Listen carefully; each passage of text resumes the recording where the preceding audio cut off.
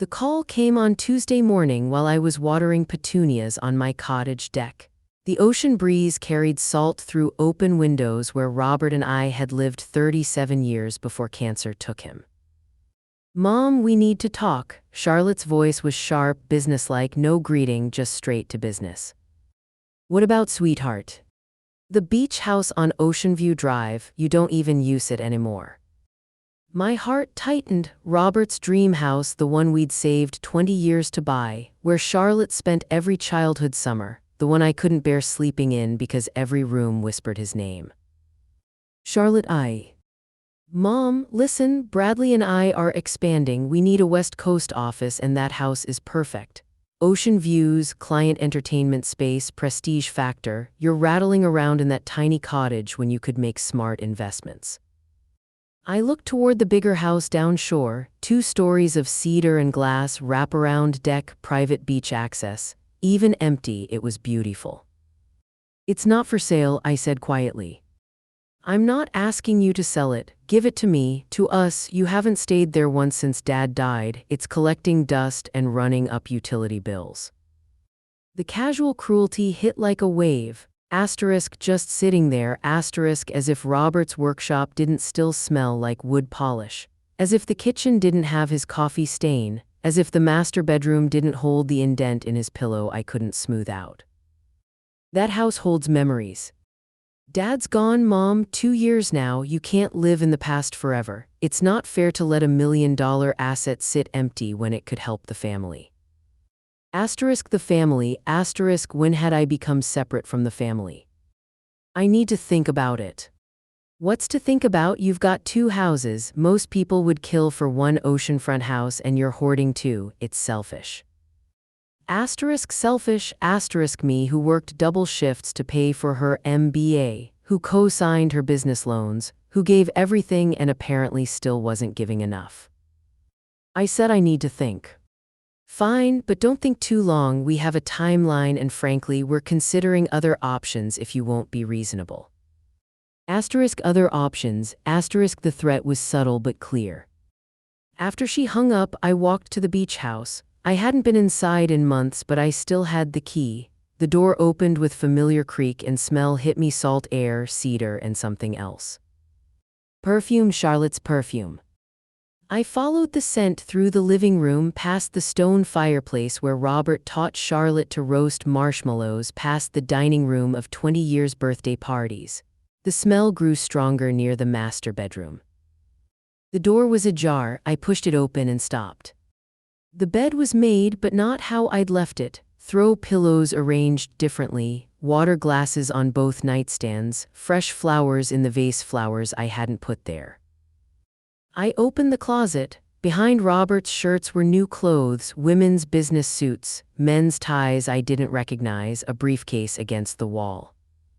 They'd been using it. Charlotte and Bradley had been staying in my house, sleeping in my bed, living in space I couldn't bear to enter. Now they wanted me to hand it over officially.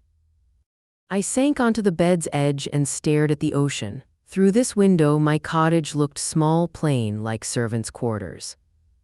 Is that how Charlotte saw me, the woman in the small house, stubbornly holding the big house while she built empires?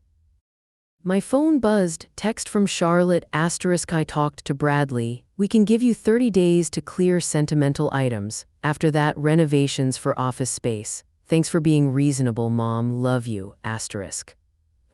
Asterisk thanks for being reasonable, asterisk as if I'd agreed, as if my silence meant consent, as if the house was already hers. That night I lay awake making lists, not of items to clear out but of choices, of what a reasonable woman might do when she discovers she's been taken advantage of by the person she'd trusted most. By morning, I knew exactly what I was going to do. The phone rang at 6 a.m. I was already awake, dressed, ready. "Mom," Charlotte's voice was bright, confident. "I hope you had time to think. I know this is big change, but Bradley's already contacted contractors about converting downstairs to office space." "I've been thinking," I said. "You're absolutely right." Relief flooded her voice. "Oh, Mom, I'm so glad. This will be amazing, and of course you'll always be welcome to visit." Asterisk visit, asterisk in my own house, I would be a visitor. You're right that I don't use the house, doesn't make sense for it to sit empty. Exactly, so should we meet with the lawyer this week to transfer the deed? I smiled, watching rougher ocean waves, storm coming. No need for lawyers, sweetheart, I took care of it this morning. What do you mean? I called Harold Brennan at Coastal Realty at 7 a.m. Both houses go on the market today. Silence, then barely a whisper, both houses. The beach house and cottage, you were right, I don't need two properties. Harold thinks they'll sell quickly, ocean frontage is very desirable. Mom, her voice strangled, you can't sell my house. Asterisk your asterisk house, which house would that be? The beach house, my house, with my office. Your office, but Charlotte, that's my house, the one your father and I bought, I'm not sure how it became your house. But we had an agreement. We did, I don't recall signing anything, I distinctly remember saying I needed to think about it. The sound between sob and snarl, you don't understand. I've been using that house for business, telling clients it was my family estate. I have contracts with that address. I have, she stopped, too late. You've been using it how long, Charlotte? Silence. How long have you and Bradley been staying in my house without asking? It wasn't like that, we were keeping an eye on it, preventing disrepair, we were doing you a favor. Asterisk a favor, asterisk living in my house, sleeping in my bed, entertaining clients with my ocean views. Well, now you don't have to worry, Harold says it should sell within 30 days, beachfront property is hot. Mom, please, you don't understand what you're doing, I have obligations, clients who think. Who think what? Long silence. Finally, small, defeated, who think I come from money, old money, that the beach house has been in our family for generations. There it was, the truth. And the cottage. What about it? Do your clients know about the cottage, where your mother actually lives? Pause, I never mentioned the cottage. Of course not. Hard to maintain generational wealth illusion when your mother lives in 900 square feet with grocery coupons. Harold thinks both properties will attract out-of-state buyers, probably tech people from Silicon Valley. Mom, you can't do this to me. Do what? Sell my own property. You're destroying my business, my reputation, my whole life. Asterisk her whole life, asterisk built on lies about my house. Harold will be by this afternoon for photos and signs. You might want to collect personal items from the beach house. I assume you have a key. Sound between laugh and cry, a key, Mom, I've had a key for 10 years, you gave it to me for emergencies. 10 years? She'd had access for 10 years, using it as personal resort and business prop. Emergency over, I'll need that key back when Harold changes locks tomorrow. Mom, please, I'm begging you, don't do this, I'll pay rent, whatever you think is fair. How much? Hope crept in, $5,000 a month, 10. For how long? As long as you want, forever. Even at $10,000 monthly, 8 years to pay what the house was worth, assuming she actually paid. Charlotte, if you can afford $10,000 a month rent, you can afford your own beach house. But I don't want my own, I want that one, it's ours, family. Asterisk family, asterisk the word she'd forgotten when calling me selfish. Harold should have the listing online tonight. If you want to make an offer, go through him like any other buyer. You want me to buy my own family home. It's not your family home, Charlotte, it's my house that your father and I worked 30 years to afford, never yours, you just acted like it was. She was crying now. I'm sorry, so sorry, it started small, a client wanted somewhere impressive, then it became easier to say I lived there, then Bradley and I needed a place for late work. You thought I'd never find out. I thought it wasn't hurting anyone. Asterisk wasn't hurting anyone, asterisk except the mother edited out of her success story. The signs go up this afternoon, Harold thinks we'll have offers by weekend. I hung up. 2 hours later, Harold's white SUV pulled up. Good man, around my age, who'd sold Robert and me the cottage 39 years ago when we were young and broke. Maggie, he said, climbing out with camera and measuring tape. I was surprised by your call, thought you'd never sell these places. Life changes, Harold, I don't need 2 houses anymore. He studied my face with kind eyes that had seen decades of real estate dreams and heartbreaks. Your Charlotte know about this? She knows. He nodded slowly, asking no more questions. Harold had been in this business long enough to recognize family drama. While he photographed the cottage, I walked back to the beach house. Charlotte's Mercedes was in the driveway. I found her in the master bedroom, frantically packing clothes into suitcases. She looked up when I entered, her face red and swollen from crying. Mom, please, we need to talk. We are talking. I mean really talk about what this means, about what you're throwing away. I sat on the edge of the bed watching her fold expensive blazers. What am I throwing away, Charlotte? Our relationship, our family legacy, everything Dad worked for. Your father worked so we could have a home, not so you could have a business prop. She paused, holding a silk blouse. It wasn't supposed to be like this, it just evolved. How did it evolve? Charlotte sank into the chair by the window, the same chair where I used to sit and watch her play on the beach below. 5 years ago, I was trying to close a deal with tech executives from San Francisco. Big money, but they were skeptical about working with a small firm. They wanted to meet somewhere that showed stability, success, heritage. So you brought them here. I brought them to lunch at the country club first, but they wanted to see where I lived, wanted to understand my background. So I drove them past the cottage, kept going and stopped here, told them this was my family estate. And they believed you.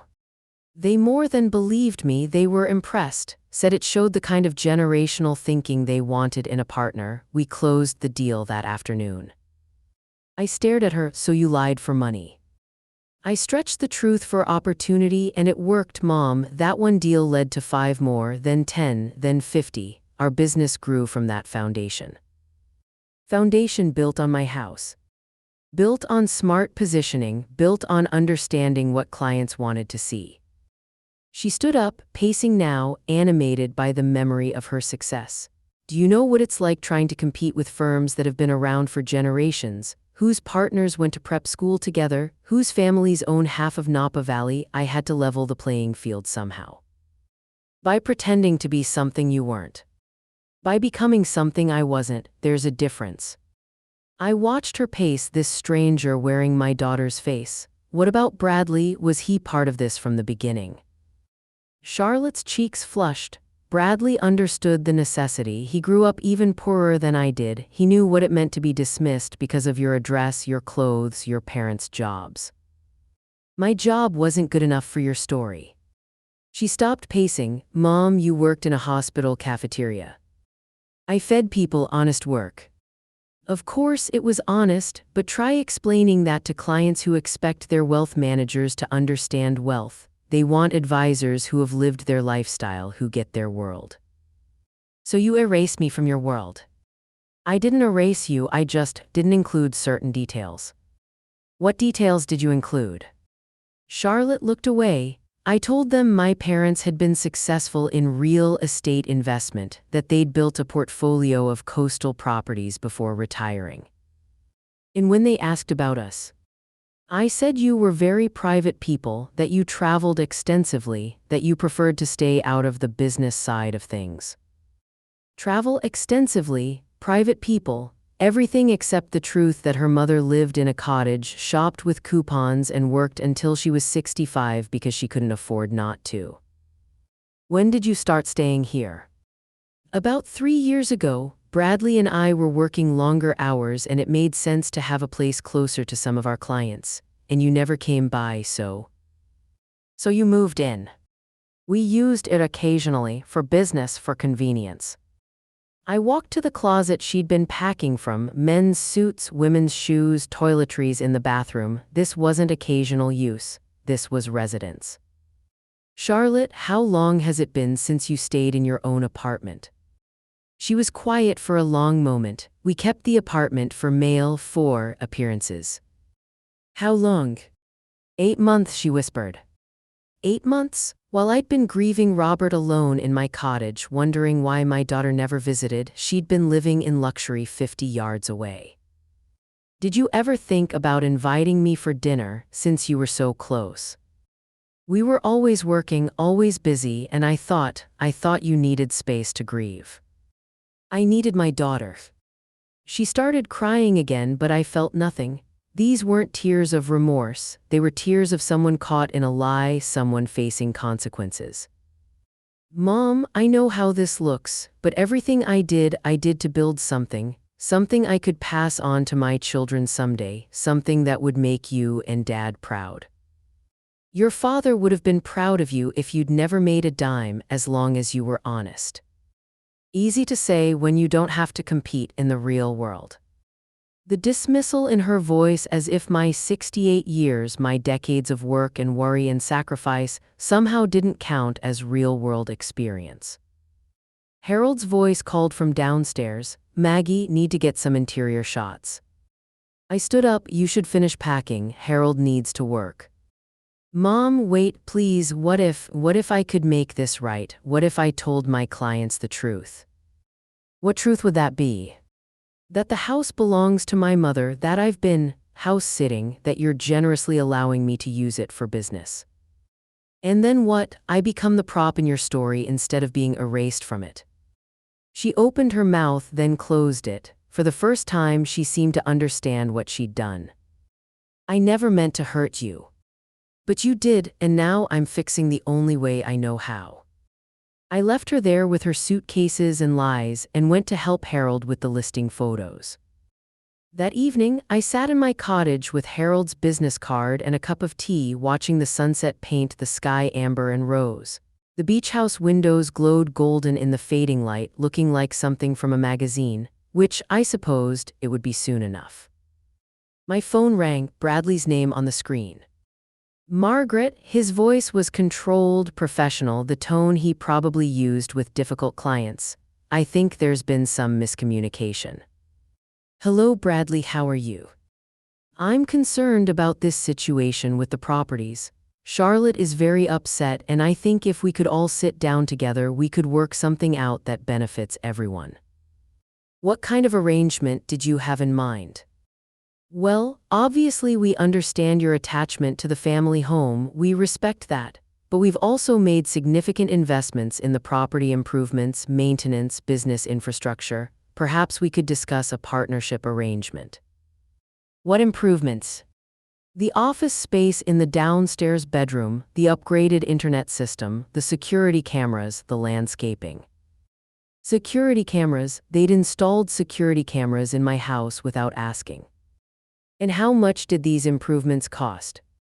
Around $40,000 all told, plus the ongoing maintenance costs we've been covering. $40,000 they'd spent on my house to make it more suitable for their business, and now they wanted credit for it. I see, and in this partnership arrangement, what would my role be? You'd maintain ownership, of course, but we'd handle all the business aspects, the client meetings, the upkeep. You'd receive a monthly income from the arrangement without any of the hassles. How much monthly income? We were thinking $5,000, very generous for a rental arrangement. $5,000 a month for a house worth $1.2 million, while they used it to generate business that had made them millionaires. That's an interesting proposal, Bradley. Can I ask you something? Of course. Do you love my daughter? The question seemed to catch him off guard. Of course I do, we're married. Then why did you let her build her business on a lie? Silence. Why didn't you encourage her to be proud of where she came from? Why didn't you suggest she tell clients about her mother who worked double shifts to put her through business school? Margaret, you have to understand the business world we operate in. Image matters, perception is reality. Whose perception? Our clients, our competitors, the markets. What about my perception? What about my reality? We never intended for you to be hurt by this. But you intended for me to be invisible. Another pause. We thought it was better for everyone if certain details remained private. Certain details, like my existence. Like the complexity of family finances, like personal information that wasn't relevant to business relationships. I walked to the window looking at the beach house where lights were now on in every room. Charlotte and Bradley no doubt having urgent discussions about damage control. Bradley, do you know what I did before I worked in the hospital cafeteria? I know. I was a bookkeeper for a small investment firm 40 years ago before Charlotte was born. I understand business finances better than you might think. Silence on his end. I know what oceanfront property rents for. I know what client entertainment costs. I know what kind of income stream you've built using my house as your foundation. $5,000 a month isn't generous, it's insulting. Margaret, we can negotiate. No, Bradley, we can't, because this was never about money. This was about respect, about honesty, about family, and you and Charlotte made your choice about what mattered most. Please don't do this. Charlotte's business will be destroyed, everything we've worked for. Everything you've worked for was built on my property and my daughter's lies. Maybe it deserves to be destroyed. I hung up. An hour later, Charlotte knocked on my cottage door. She looked smaller somehow, deflated. I let her in, poured her tea, waited. I brought the key, she said, placing it on my kitchen table. Thank you. Harold said he already has 3 interested buyers. He's good at his job. She stared into her teacup. Mom, I need to tell you something about the business, about what this means. Tell me. We're not just going to lose the house, we're going to lose everything. The business, the clients, probably our marriage. I waited. I took out loans against the house. Business loans, equipment loans, operating capital. The bank thinks I own it because I've been using it as collateral for 3 years. My blood went cold. You used my house as collateral without my knowledge. I had power of attorney for Dad's estate. Some of the paperwork was confusing. The bank made assumptions and I didn't correct them. Charlotte, that's fraud. It's not fraud if I intended to buy the house from you eventually. I was going to surprise you, make an offer you couldn't refuse, set you up in a nice condo somewhere, take care of everything. When what? When were you going to make this generous offer? She looked away. When the business was more stable, when we had better cash flow. Which would have been when? I don't know, 5 years, 10, when it made financial sense. 10 years, she'd planned to let me live in my cottage, watching her enjoy my beach house for another decade before graciously offering to buy it from me. What happens now with the loans? If the house sells to someone else, I have to pay them back immediately, $2.4 million. Do you have $2.4 million? We have assets, the business, equipment, some investments, but liquidating everything, she shrugged helplessly. We'd be bankrupt and probably facing criminal charges for the loan fraud. I sat back in my chair, studying my daughter's face. She was 43 years old, successful, sophisticated, and she looked like a child who'd been caught stealing cookies. What do you want me to do about it? Don't sell to strangers, sell it to me. I'll pay you fair market value. I'll pay you back rent for the years we used it. I'll do whatever it takes to make this right. With what money? I'll figure it out, get investors, restructure the loans, sell other assets. I'll find a way. I sipped my tea, thinking. Outside, waves crashed against the shore in their eternal rhythm, the same sound Robert and I had fallen asleep to for decades. Charlotte, do you remember what your father used to say about shortcuts? She nodded reluctantly, that they usually take longer than the long way. Do you believe that? I'm starting to. I reached across the table and took her hand. It was soft, manicured, nothing like my work-worn fingers. I'll make you a deal. Hope flickered in her eyes. Tell your clients the truth, all of it, about your background, about my house, about the lies. If you can keep even half your business after that, I'll consider selling to you at fair market value. And if I can't keep the business? Then you'll learn what it means to start over, like your father and I did, like everyone who doesn't inherit their success. She squeezed my hand. What if the truth destroys everything? Then maybe everything needed to be destroyed. 3 weeks later, I was pruning my garden when Charlotte's car pulled up. She moved slowly like someone recovering from illness. Her usual perfect composure was gone, replaced by something rawer, more real. "How did it go?" I asked, though her face already told the story. She sat heavily on my porch steps. 37 clients, I told them everything. And 12 left immediately, said they couldn't work with someone who'd been dishonest about something so fundamental. 8 more are reviewing their options, which means they're leaving but trying to be polite about it. That leaves 17. 15 actually, 2 more called this morning. She pulled out a thread on her sleeve. But the 15 who stayed, Mom, they surprised me. How?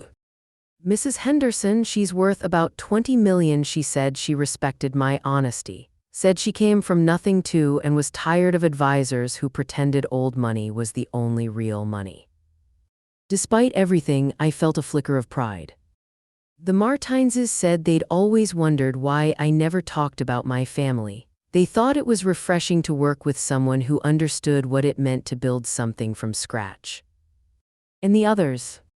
Similar reactions. They want advisors who understand their world, and most of them are first-generation wealth. They built their own fortunes like you and Dad did in your own way. I nodded, thinking of all the years Robert and I had saved every penny, dreaming of our little piece of ocean. What about Bradley? Charlotte's face fell. Bradley thinks I'm insane. He can't understand why I'd destroy a successful business model for the sake of sentiment. He's talking to lawyers about dissolving the partnership. I'm sorry. Are you? Because I think you saw through him long before I did. I had seen through him, had seen the way he calculated every gesture, every word, every relationship for maximum advantage, but I'd hoped I was wrong. What will you do? Start over. The 15 clients who stayed want to work with me directly, not the firm. They're helping me set up an independent practice, smaller scale but honest. In the house. Charlotte looked toward the beach house where Harold's sold sign now stood in the front yard. Tech executives from Seattle bought it sight unseen for $50,000 over asking price. They want to use it for corporate retreats. How do you feel about that?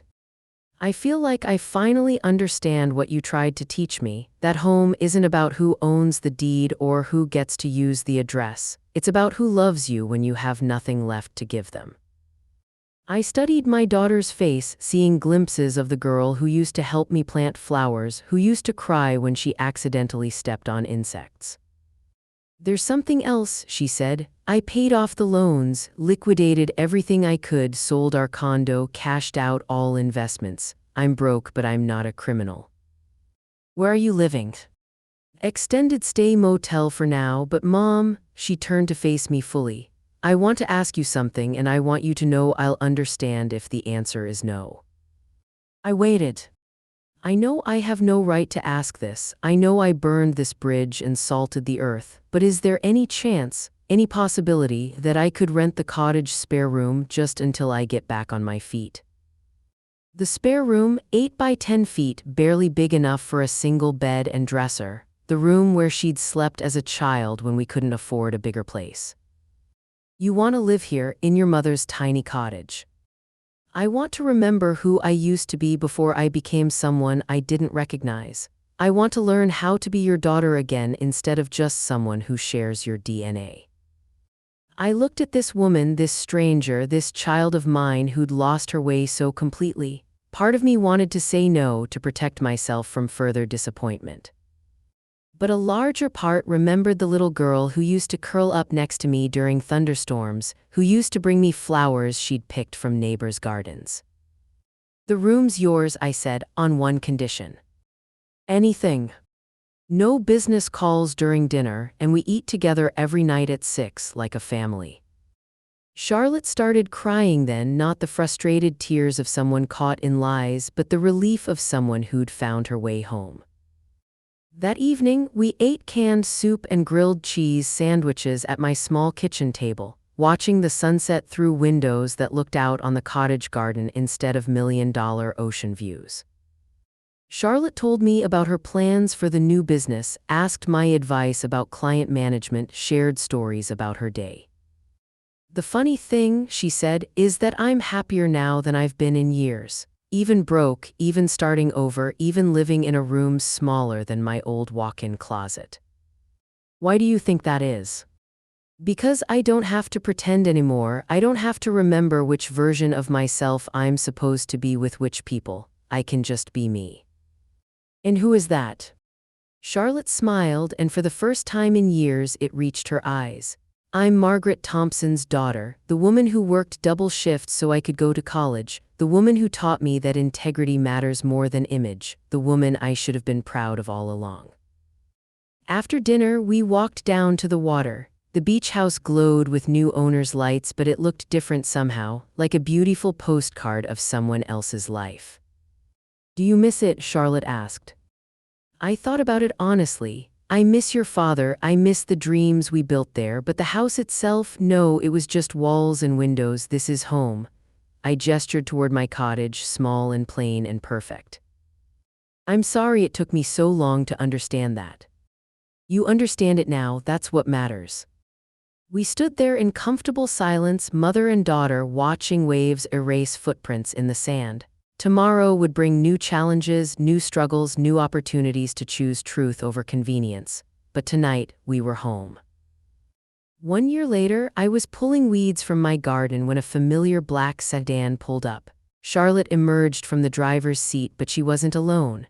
A young couple followed her up the walkway, he in a nervous suit, she clutching a folder of documents. "Mom," Charlotte called, "I'd like you to meet the Patels. This is my mother, Margaret Thompson." The woman, maybe 30, stepped forward with a shy smile. "Mrs. Thompson, thank you so much for agreeing to meet with us." I brushed dirt from my hands, confused. "I'm sorry, agreeing to what?" Charlotte grinned, and I saw mischief in her eyes that reminded me of her childhood. "Mom, remember how you always said the best investments are the ones that help families build their dreams?" "Charlotte, what are you up to?" "The Patels are first-time homebuyers. He's a software engineer, she's a teacher. They've been saving for 8 years for a down payment on their first house." Mrs. Patel nodded eagerly. "We saw your cottage listed online yesterday. It's perfect for us, close to my school, walking distance to the beach for our daughter, but," she looked embarrassed, "the asking price is more than we can afford." I stared at Charlotte. "You listed my cottage." "I listed it as your agent, with your permission, of course." Charlotte's expression grew serious. "Mom, you've been talking about downsizing, about maybe trying one of those senior communities with the social activities and the meal plans, remember?" I did remember. Long winter evenings when the cottage felt too quiet, too full of memories. Conversations about what it might be like to have neighbors my own age, organized activities, less maintenance to worry about. "I thought you might like to meet the Patels before making any decisions, see if this feels right." Mr. Patel spoke up. "Mrs. Thompson, we know we can't afford your full asking price, but Charlotte suggested we might work out something unconventional." "What kind of arrangement?" Charlotte pulled out a thick folder. "Owner financing. They pay you monthly directly instead of getting a bank mortgage. Higher interest rate than you'd get in savings, steady income, and if they ever default, you get the house back." I studied the young couple, seeing echoes of Robert and me 40 years ago, nervous, hopeful, desperate for a chance to build something of their own. "Why can't you get a traditional mortgage?" Mrs. Patel looked down. "Student loans. My husband had to support his parents through some medical bills. Our credit is good, our income is steady, but our debt-to-income ratio is too high for the banks." The same reason Robert and I had been turned down by 3 banks before Harold helped us find an owner who would take a chance on us. "Would you like to see the inside?" I asked. For the next hour, I watched the Patels walk through my cottage with the reverence of people who understood what homeownership meant. Mrs. Patel ran her fingers along the kitchen counters where I'd prepared thousands of meals. Mr. Patel examined the windows with the eye of someone planning to love and maintain what he was seeing. Their 4-year-old daughter, Priya, had stayed in the car at first, but eventually wandered into the garden where she began collecting smooth stones from the border around my flower beds. "Mama, look," she held up a piece of sea glass worn smooth by decades of waves. "It's like a green jewel." "That's exactly what it is," I told her. "The ocean makes jewels from broken glass if you're patient enough to wait." While her parents discussed logistics with Charlotte, Priya and I walked through the garden. She asked about every flower, every stone, every shell I'd collected over the years. "Do you think the flowers will miss you?" she asked with the serious concern only children possess. "I think they'll be happy with a new family to bloom for," I said, "especially if that family loves them." An hour later, we sat around my kitchen table with contracts and calculators. The numbers worked barely, but they worked. The Patels would pay me monthly for 15 years, enough to cover my expenses at Ocean View Senior Community plus a little extra for emergencies. "There's one condition," I said as we prepared to sign. "Priya gets to keep any sea glass she finds in the garden. It's good luck." Mrs. Patel's eyes filled with tears. "Mrs. Thompson, we can't thank you enough. You're making our dream possible." "You're helping me too," I said. "This house needs a family again. It's been too quiet for too long." After they left, Charlotte and I sat on the porch watching the sunset. The beach house down the shore was lit up with corporate retreat activity, strangers in suits having team-building exercises on what used to be our private beach. "How does it feel," Charlotte asked, "knowing you'll be leaving here?" I considered the question honestly. Like closing one book and opening another, scary and exciting at the same time. "I found something while I was going through the paperwork for the listing," Charlotte said, pulling out a familiar envelope. "Dad's last letter to you, the one he wrote in the hospital." I recognized Robert's shaky handwriting on the envelope. I'd read the letter so many times I could recite it from memory, but I'd thought it was lost in one of my many moves around the cottage. "I wasn't snooping," Charlotte continued. "It was in the deed folder, but Mom, there's something in there I think you should consider." I opened the envelope, unfolding the pages carefully. Robert's final words, written when he knew he wouldn't be coming home. Asterisk, "My dearest Maggie, if you're reading this, then I'm watching over you from somewhere that doesn't hurt anymore. I know you'll want to hold on to everything, the houses, the memories, the life we built together. But sweetheart, don't let our dreams become your prison." The cottage was never about the building, it was about us. The beach house was never about the ocean view, it was about our future. You are our future now. Live it fully, love again if someone worthy comes along. Move when staying hurts more than going. Dance when you feel like dancing. And remember, home is wherever you choose to plant your heart next. Asterisk. "He knew," I whispered. "He knew I'd try to hold on to everything." "There's more," Charlotte said gently, "on the back." I turned the page, more of Robert's handwriting, fainter now. Asterisk, "Tell Charlotte she was the best thing we ever built together. Tell her she doesn't need to be perfect to be loved. Tell her the cottage will always be her first home no matter where life takes her." Asterisk. Charlotte was crying now, quiet tears that spoke of grief and forgiveness and years of misunderstanding finally resolved. "He wanted me to know I could always come home," she said. "You never left," I told her, "you just took a detour." 3 months later, Charlotte drove me to Ocean View Senior Community in her modest, used Honda, a far cry from the Mercedes she'd driven during her beach house years, but infinitely more honest. My new apartment was small but bright, with a view of a garden where other residents grew vegetables and flowers together. "You sure about this?" Charlotte asked as we carried my last box inside. I looked around the space that would be my home now. 1 bedroom, small kitchen, living room barely big enough for my old sofa and Robert's reading chair. But through the window I could see people my age walking together, talking, laughing. A book club was meeting in the community room. Someone was playing piano in the distance. "I'm sure," I said, "for the first time in years I'm sure." That evening, Charlotte and I had dinner in the community dining room. She'd been visiting twice a week since I'd moved in, sometimes bringing takeout from our old favorite restaurant, sometimes just sitting with me in comfortable silence. How's the business? I asked. Growing, slowly but growing. Turns out there are a lot of people who prefer honesty over flash. Mrs. Henderson referred 3 new clients this month. And Bradley? Charlotte shrugged. Filed for divorce last month. He's starting his own firm, taking the clients who preferred the old version of our story. We're better apart. Any regrets? About Bradley? No, about the way I treated you every day, but I'm trying to make up for lost time. I reached across the table and squeezed her hand. You already have. Later, walking me back to my apartment, Charlotte paused at the window that looked out toward the coast. Do you miss it, the ocean? I can still hear it, I said, some sounds you carry with you.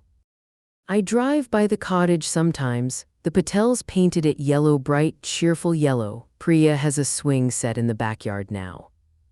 Good, it should have children's laughter again. Charlotte turned to face me. Mom, I want to ask you something and I want you to be honest. Always. Do you think Dad would be proud of how things turned out, of what I did to fix things? I thought of Robert, who'd believed in second chances and third chances and as many chances as it took for people to find their way home. I think he'd be proud that you chose truth over convenience. I think he'd be proud that you rebuilt your life on solid ground instead of borrowed foundations. And I think he'd be especially proud that his daughter learned the difference between a house and a home. Charlotte smiled, the real smile I'd been waiting years to see again. I love you, Mom. I love you too, sweetheart, I always have. After she left, I sat in Robert's old chair looking out at my new view. Tomorrow I'd join the garden club, maybe try the water aerobics class. I'd eat meals with new friends, learn their stories, share my own. The phone rang. Mrs. Patel's voice, excited and warm. Mrs. Thompson, Priya found the most beautiful piece of blue sea glass today. She wanted me to call and tell you that your flowers are growing so tall they're reaching for the sky. After we hung up, I walked to my small balcony. I couldn't see the ocean from here, but I could feel it, the endless rhythm of waves against shore, of tides that always return, of waters that polish broken things into treasures if you just give them time. I had given Charlotte time, I had given myself time, and now, finally, we were both home.